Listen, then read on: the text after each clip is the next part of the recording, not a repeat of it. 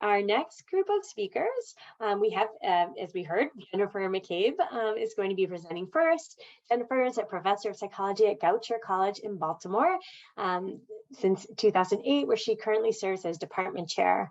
In addition to introductory psychology, she teaches courses in cognition and conducts research on metacognition, student study strategies, and effective teaching practices. And Dr. McCabe is also an associate editor for the Teaching of Psychology Journal. We're also very fortunate to have Erin Harden, Dr. Erin Harden, who's a professor, associate head, and director of undergraduate studies in the psychology department at the University of Tennessee. She's been teaching introductory psychology for 25 years, and she was a member of that APA IPI teacher training team. I'm thrilled that we have Erin here with us today. And finally, on this panel, we have Rachel Soicher, who's a full-time instructor in the School of Psychological Science at Oregon State University, where over 800 students major in psychology. IntroPsych is among her favorite courses to teach, and she has a long history of conducting the Scholarship of Teaching and Learning in IntroPsych courses. Rachel serves on the steering committee for the Regional Teaching Introductory Psych Northwest Conference that's held annually in Seattle. So I am thrilled to have this group here, and I would like to turn it over to Jennifer McCabe. Hello, thank you. So I was asked today to talk about this framework that I developed for teaching learning strategies in IntroPsych that I call Set for Success. And I appreciate Carolyn's nice setup there for this talk to lay some groundwork. And so this is going to be based on an article that I had published in Teaching of Psych in 2021. Again, a quick plug for Teaching of Psychology. It's an absolute pleasure to work with authors and to also be an author in this journal. And so if you all are thinking of doing your own research or in the midst of research, writing up research, please consider Teaching of Psych as an outlet. So I just wanted to show you this, the screenshot of this article that I'll be talking about, some of the content of the intervention today. And you can certainly get the PDF of this. I believe I shared it in my materials as well online. So what I think I'm going to do in my limited little bit of time today is to actually walk you through the intervention that I give to students, that I designed for students in introductory psychology. So I will go quickly, but all the slides are available to you to use and adapt and to do whatever you would like with them. I want to give you just a flavor for what students experience during this learning strategies intervention. So we talk about, this, we're going to learn about effective learning strategies, how to study. And this is one of my favorite images and sort of slides to show students and say, what are we looking at? What is this? And there's lots of interesting guesses, and some of you may know or have seen this before, but it is Velcro up close. And so I just like to think about the big question here is we want to make information stick, right? We want to make it sticky. How do we do that with information that's not inherently sticky, right? If you read a novel, watch a movie, something you're really into, you're going to remember it and not have to try real hard. But for college material, you usually have to add some glue. So I use this sort of analogy throughout when I teach learning strategies. Okay, so this was referred to already by Carolyn, but I name it to my students as this idea of desirable difficulty. I think it's a really useful concept to come back to, is that when you make something harder to learn initially, and I introduce the language of encoding and retrieval here, it actually ends up being easier to recall and apply later, to retrieve from long-term memory. And another way to say it is the harder it is to remember something, the harder it is to later forget. And that's very similar to what Carolyn was talking about. And the corollary is fast learning can produce fast forgetting, which is not what we want, right? So it can feel really fluent and smooth and feel really, just easy, but it is actually not necessarily going to be around later if you learn it too fast or just do something more on the surface. So that's the framework. And then I lead them into this mnemonic for 3 types of desirable difficulties. This is the set for success idea. I say on your mark, get set, kind of build it up a little bit. And the strategies which were already referred to, but that I use these terms, but you've already been introduced to them, spacing, or distributed practice, elaboration, and testing. So that's the set strategies. So after we just I just introduce the ideas and then say, we're going to actually do a little activity for each one of these, and then we'll talk about what they are and how you implement them. So for the spacing activity, again, all the instructions are in the materials that I shared. It's a sort of interlist spacing, or really interleaving kind of idea, where students hear lists of words. They're all presented twice. Sometimes they're presented twice back to back. That's more of like a masked or blocked condition. Sometimes they're presented twice, but with words intervening, which is what we would call a space or an interleaved condition. So they hear this long list of words. The ones that are important are presented twice, and then they're asked to recall them. Then I talk about what spacing is, what the principle of distributed study or practice is. These are the exact slides that I have designed for students. And it's just, the basic idea that you just get more bang for your buck, right? You spend the same amount of time, working these learning strategies, but if you take a break in between, instead of doing a big massed set of practice, you will have a better result compared to mass study doing it all at once.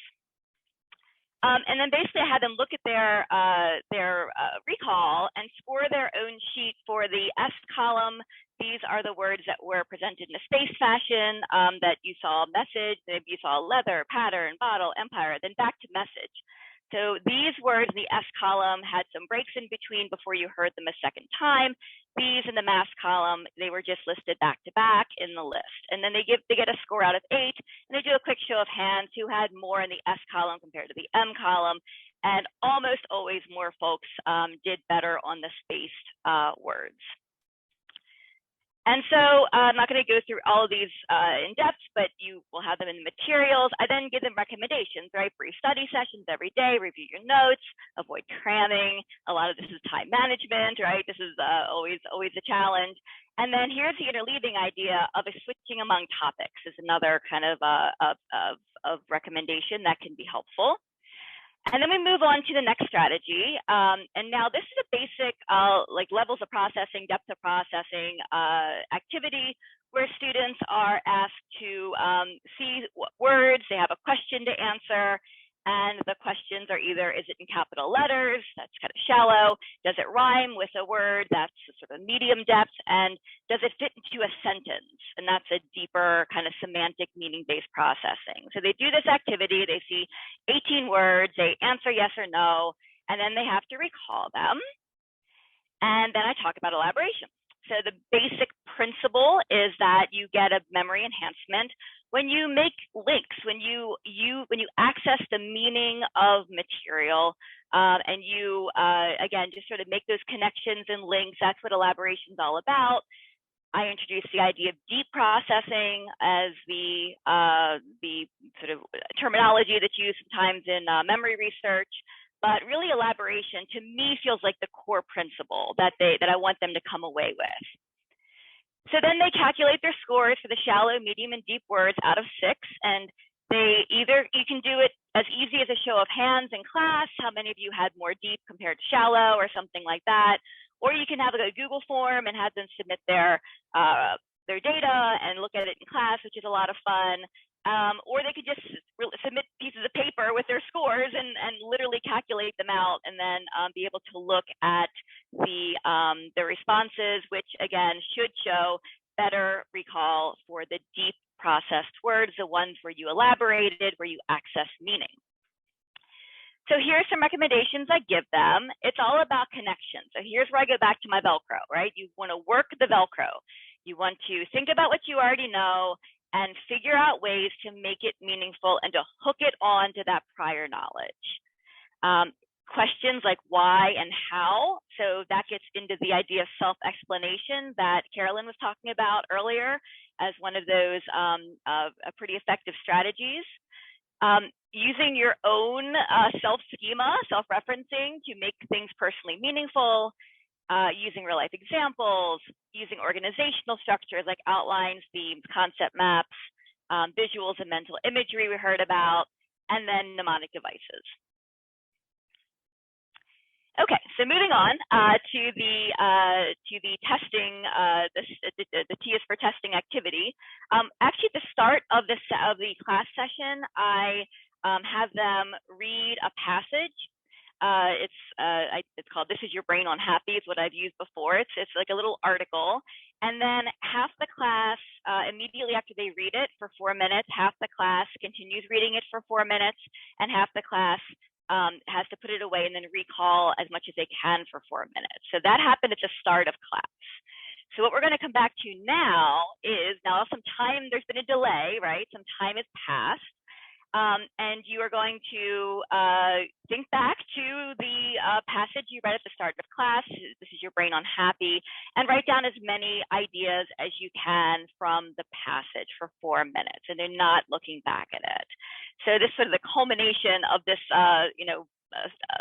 implementation of this classic sort of testing effect or retrieval practice demonstration that works really well. So now they're recalling as much as they can from this passage that they read at the start of class. So then we get into what is testing. You get much better memory if you engage in retrieval practice or taking tests and by just continuing to reread. And the more tests you take, you get a bigger advantage. There's data on that. And then feedback is really important to really, again, put a kind of an extra pin on it to see how you did and see what was right and what was wrong. I showed them the classic Roediger and Karpicki graph of their 2006 study, which I think many of you have seen before. But I think it's really interesting because I can show them that folks in the, the red or orange bars here studied the passage the whole time, just like some of them did. Half of the class did that earlier in the class. And then in the blue bars, these are the folks who studied for a while and then took a test, and half of my class had done that earlier in the class. And what's fascinating here is that you see really clearly that if you just do a pretty quick, not much of a delay kind of situation for recall, you actually see an advantage for studying and rereading more. That's why it feels good and it feels like fluent, it feels like you're learning. But if you wait a couple of days, you see that pattern switch, and now you get a much better recall for folks who took the test, and that stays put for 1 week. And so I like to show them these data as a way of showing them that the fluency illusion is real, and it can actually make you think you learn things really well, but actually you can't always trust that. You have to look further out, and testing is a way to help pause that forgetting. How to study with testing, just do it instead of rereading. Use something like 3R, read, retrieve, review. So read a short passage, close your book, retrieve it, take a test, and then go back and review for feedback. Use all your testing resources, use flashcards, make sure you're actively retrieving. In group study sessions, instead of just talking about the material, give each other quizzes and feedback. And I love to tell them to pretend you are the professor, so to teach the material. And again, we look at the ideas that were recalled from the testing demonstration, and you can pretty readily see that folks who took the test instead of studied more at the start of class ended up remembering more. So I conclude the presentation with saying that, ask yourself, what am I doing? Am I taking breaks to distribute my study time? Am I elaborating? Am I linking things to other things instead of just in isolation? And am I spending my time testing myself to improve my memory and see how well I've learned so far? So that's sort of the end of the intervention I wanted to talk about. Given that I'm in a pretty short time period here, I'm not going to talk about the behavior change part of the intervention, but I want you to know that the materials are posted, and there's a PowerPoint written by my clinical psychology colleague Dara Friedman-Wheeler, all about actually implementing behavior change principles like implementation, intention, setting clear and precise goals, and that was also a part of the study. And we had some students complete this log of what they proposed to do and what they actually did and the reward they gave themselves. So I know I'm running low on time. I also want to talk about the actual intervention. I'll just quickly show you that the actual study that we did some baseline measures of learning strategies, use, and helpfulness, and their knowledge, and a quiz. We then had 3 intervention conditions. Either there was no intervention, control group, they either got the learning strategies instruction that I just walked you through, or they got that same thing, plus they got some behavior change instruction. And then we gave them the same measures of if they're using the strategies, if they know about them, et cetera, at midterm and at the final part of the semester. These materials are posted for you, but here are the questionnaires that I give students this is about how much they use the strategies, this is how much they think they're helpful. So again, they're there for you. There's 16 of them, and many of them relate back to the Set for Success strategies. So it's just good to get some metacognitive activity happening about what they're actually doing. I have a quiz set up, a 10-item multiple choice quiz about the knowledge of the strategies. That's available for you if you would care to use that. And just super quickly, we did find that there was higher quiz scores by the end of the semester in the learning strategies conditions. These are these 2 compared to control. So they did increase their knowledge by having this intervention. In terms of use, there was no difference in spacing across the conditions, the control condition compared to the interventions. There was a little bit of a bump in use and elaboration, self-reported, in the learning strategies intervention, and there was also a bump in use in the test for testing or retrieval practice in the learning strategies intervention. The final course grades were a little higher in the learning strategies intervention. The dreaded P equals 0.05 happened, and so I take that with a grain of salt, but it's at least in the right direction that their final grade was a little bit higher in the learning strategies intervention condition. So that's the conclusion, just that, leading to greater knowledge and increased use of testing and elaboration when they got this intervention. And this can be pretty easily incorporated into Intro Psych or many other courses as a module, and all the resources are there for you. Thank you. Hi, so I'm Erin Harden, and I'm going to be talking today about really general instructional methods that we can use to cultivate skills in our Intro Psych students.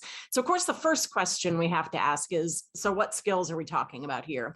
And so obviously, if we look at the IPI student learning outcomes, one of the things that I hope you've noticed about them is that they actually are very skill focused. You will notice that there is no SLO that says we want them to know the difference between the conditioned and unconditioned stimulus.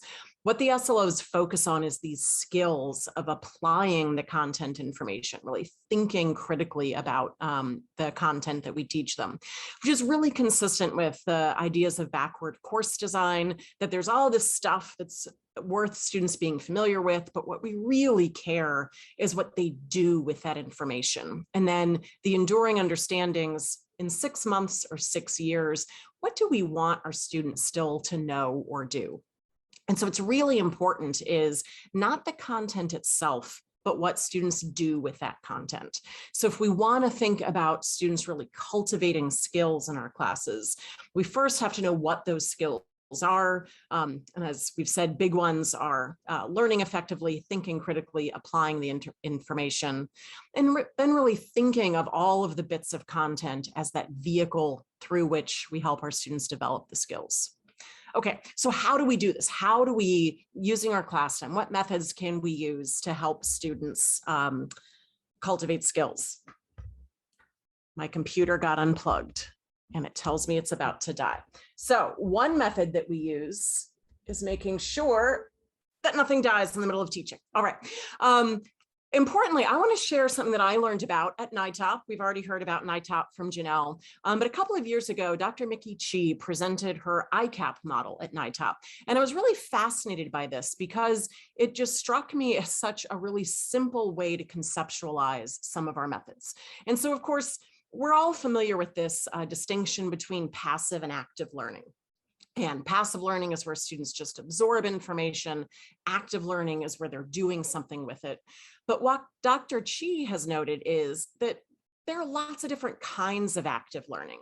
And so this distinction, active learning might be anything where students are manipulating information we've given them, but they're not doing anything extra with it. So by her definition, even underlining, taking notes, that might be considered active learning. But what she really urges us to do is think about other modes of active learning, like constructive, which is where students are actually building on the information that we're giving them. They're constructing something new with it. They're generating something new. And then interactive learning would be the constructive plus, where they need to collaborate with others in order to do this constructive learning. And so Dr. Chi has done tons of research showing that as we move through from passive to active to constructive to interactive, learning improves. But what I found really fascinating is this idea of just sort of upgrading what we do. So if we're doing mostly passive, how can we upgrade to active and so on? So we want to move up in that model. So one way we can do this is just by upgrading the way we ask questions. So to go from a passive to an active question. So a very passive question would be to ask students, does that make sense? And I know I'm guilty of asking that a lot. But a more active question would be, so who remembers the example that we used last time? Or who remembers what we talked about before? We can do this one step further and go from active to constructive. So instead of asking students something like, are there any questions? Ask them to generate a new example. Who can give me another example of this concept? Or perhaps we ask them to predict something. Okay, so what do you think would happen if? So maybe Jen asked students, so what do you think would happen if we spread out the time in between study sessions? What do you think would happen if we delayed the interval before the reinforcer comes? So again, we're really asking students to practice this skill of applying and thinking critically, just with this real simple tweak of changing the way we frame our questions for students.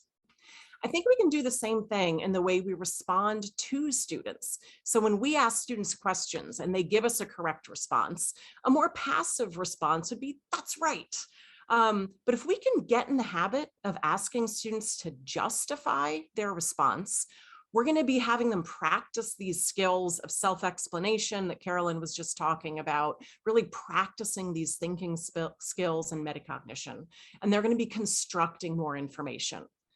And importantly, if we can get in the habit of doing this when students give us right answers, it's going to make it easier to do when they give us not right answers. I know many of us struggle when a student gives us a wrong answer. We don't want to tell them we're wrong. What do we do? But if we always say to students, tell me more about what you're thinking here. I found that two things typically happen. Either that student who's given the wrong answer, when asked to tell me more about what they were thinking, they recognize the mistake, that process of self-explanation. They say, wait, no, I've got that confused, don't I? Great learning happens. Alternately, someone else listening often hears where that little gap is. And you might see another hand go up and say, I think I know where they got off there. So again, changing the way we respond to students from that more active to constructive is a great way to help students with these skills. Similarly, I think we can change the way we use graphs from passive to more constructive. So I know this graph, a lot of us use schedules of reinforcement. When I started teaching, I had a very passive approach. I'd throw this graph up there and I would just describe it to students. Maybe a more active approach would be to have students copy it down.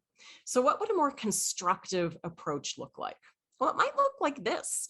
Put up the blank graph, and then we ask students to predict what we think it would look like. So maybe we've gone through the schedules and we've got our summary up here, and then I might say to students, okay, so what do you think? So I would orient them to the graph, time here, number of responses, and we might say, what do you think that variable ratio schedule is going to look like? Is it going to be a shallow line, a steep line? What do we think is going to happen? Discuss it with students and then reveal it. And then similarly, I might say, okay, what about a fixed schedule? Do you think it's going to take longer to get? And again, we can walk students through. We can talk about what's different, do this with each line, so on and so forth. That's a much more constructive way of getting students to really think about and engage with the material.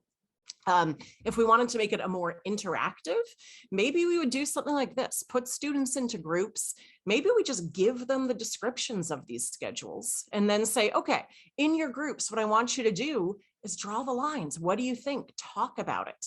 And then students would construct this sort of graph together. All right, so ICAP model is just this idea of kind of upgrading our teaching, tweak the way we ask questions, tweak the things we ask students to do. I think the other thing that's really important, of course, is that we need to give students opportunities to practice their skills, both in class and out of class. And of course, authentic assessment is really just opportunities for students to practice the things we're teaching them, right? So there are lots of examples of this. But I guess, the idea here is to think maybe less about demonstrating principles and more about helping students practice what we want them to do with those principles.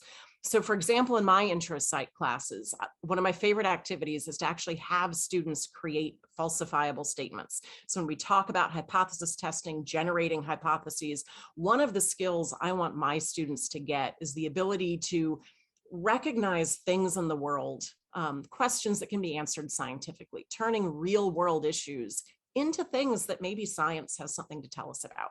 And so I will present to them something like, Pokemon Go is ruining the youth of America. It's usually something that's ruining the youth of America. It started with Miley Cyrus twerking at the Video Music Awards. You can find something. Social media is ruining the youth of America. So I'll put a phrase like that up, and then I'll ask them to turn to a neighbor, work with someone, and turn that into a falsifiable statement. And what's beautiful is the number of different ways that students operationalize ruining the youth of America.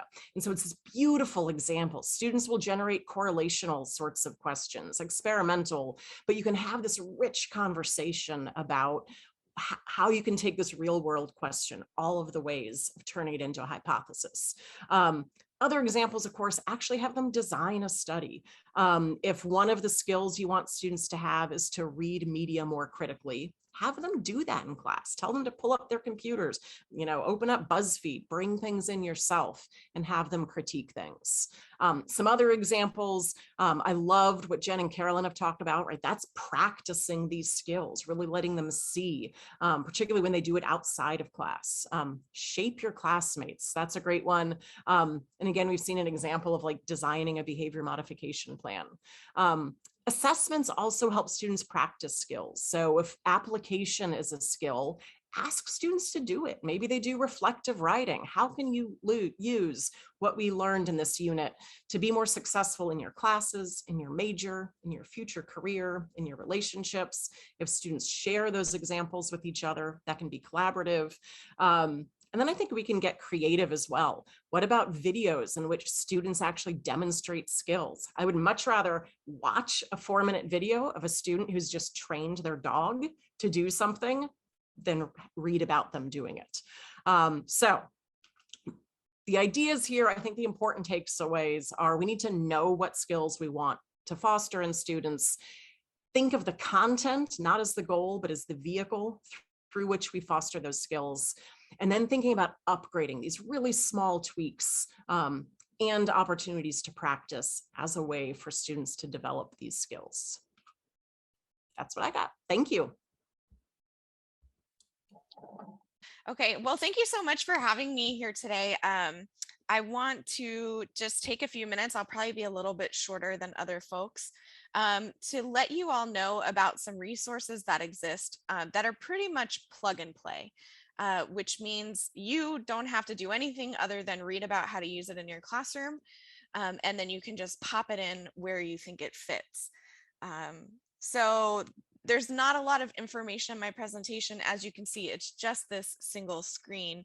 In terms of any theoretical basis for the activities that I'm going to present to you today, but I will just give you a brief overview of where they came from. So to be fair, I didn't design the modules that I'm about to talk to you about, but I was involved in creating an accessible version of these modules for folks with visual impairments. So there's kind of two sets of these modules that exist on the internet, and one is just the regular original created version, and then the second is the one where all of the materials are visually accessible for folks with visual impairments. So that looks like alt text for graphs, instructor manuals that use formatting to help ease understanding with screen readers, and the same goes for the student handouts, which is what is screenshotted here on this slide. So a few years ago, when I was still in my doctoral program at Oregon State University, my advisor, Dr. Catherine Becker-Blees, and some colleagues of her at Willamette University were interested in creating a teaching resource that could be applied specifically in intro psych, because they noticed that there were an influx of students into this course who were going to medical school. And that was because the MCAT updated their exam, that's the Medical College Admissions Test, to include factual information from psychology, but also to include scientific reasoning skills. And so they collaborated together on this project to create 8 independent modules. So they're self-contained, so you can use one, you could use all 8, kind of up to you. And the focus of these modules is really on being able to read about research, answer questions about the research, and then make appropriate conclusions based on the data. So the modules are relevant to 8 different content areas. You can see those topics in the bottom right-hand corner of this poster, if you will. So they're made to be integrated into a single class session, about 30 or 45 minutes of class time. Each addresses just a single content point. Some of them are sort of, applicable across areas, which makes sense as we're seeing these more integrative themes present across our intro psych classes. They're designed to improve scientific reasoning skills, and there are several publications to this end that are available for you. And I'm going to put the main one, the citation for the main one, right here in the chat. And it's got a DOI there you can just click on.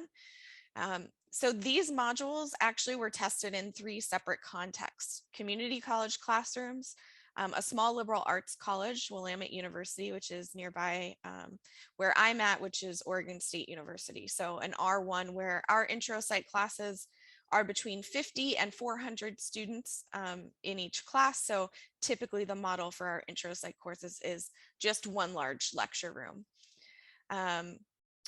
Modules exemplify mostly the IPI integrated theme A, which is that psychological science relies on empirical evidence and adapts as new data develop.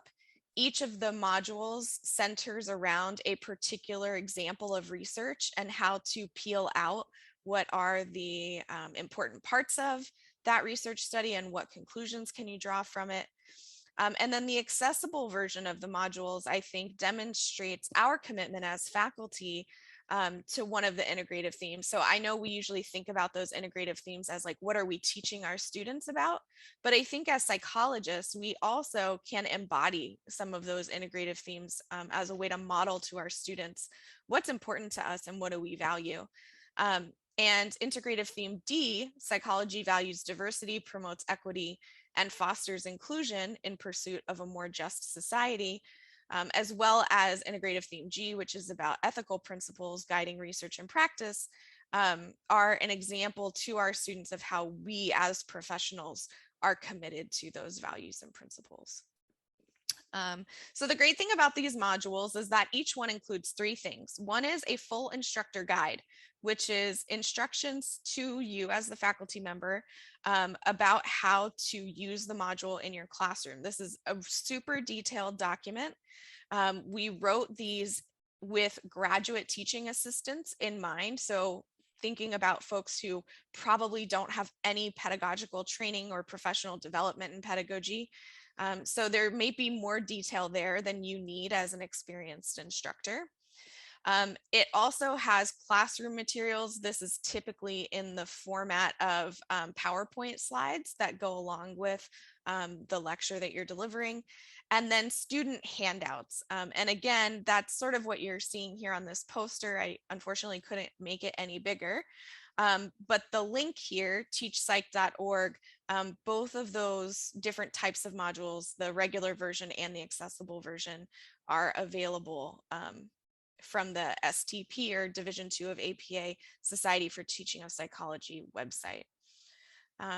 Yeah, so those student handouts are guided questions that help students, after you've given them an example of something, to then think through their own example. And the questions on those student handouts were designed to help show a faculty member leading the activity where the gaps in student knowledge are occurring.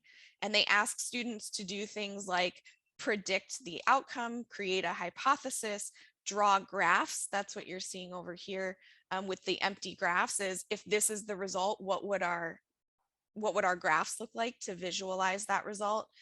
And then in this wrap up section, which is the second page in the upper right hand corner, are more, I would say, retrieval practice type questions that are going to ask students to engage in that scientific reasoning skill. And so we were able, or the researchers that developed this were able to test over several semesters, again, with a pre and post test of scientific reasoning, that these modules actually are effective.